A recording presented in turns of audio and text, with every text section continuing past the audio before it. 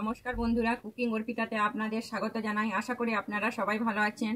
আমি আজকে বানাচ্ছি চিংড়ি মাছ দিয়ে পাকা তেঁতুলের টক। তার জন্য আমি নিয়ে নিয়েছি চিংড়ি মাছ। আমি চিংড়ি মাছটা ভালোভাবে এখানে ধুয়ে নুন হলুদ মাখিয়ে রেখেছি। এবারে আমি নিয়ে নিয়েছি এই যে পাকা তেঁতুল। আমি তেঁতুলটাতে জল দিয়ে দিচ্ছি। জল দিয়ে আমি তেঁতুলটাকে ভিজিয়ে রাখছি।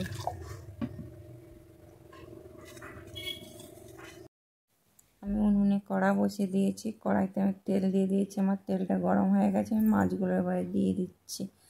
আমি মাছগুলো এখানে বেশি কড়া করে ভাজবো না, হালকা করেই ভেজে নিচ্ছি। আমি মাছগুলোকে উল্টে পাল্টে ভেজে নেব।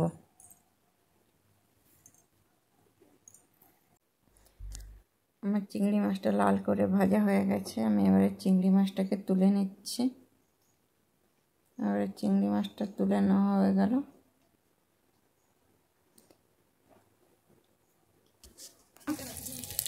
চিংড়ি মাছ ওই ভাজার তেলে দিয়ে দেবো। দিয়ে আমি ভালোভাবে নেড়ে নিচ্ছি। আমার শুকনো লঙ্কা এবং 5 ফোড়নটা হয়ে গেছে।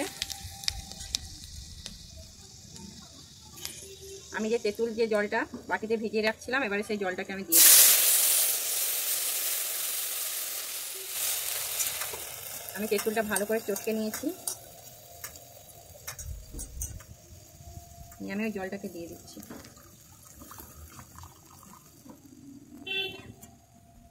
এবারে আমি দিয়ে দিচ্ছি হলুদ, নুন, আপনাদের পরিমাণ মতো নুন দেবেন। এবার দিয়ে দিচ্ছি আমি চিনি।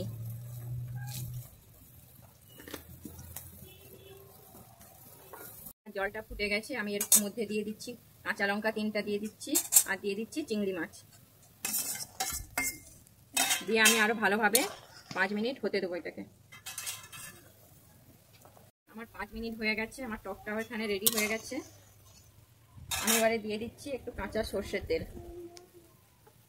দিয়ে আমি এবারে টকটা নামিয়ে নিচ্ছি।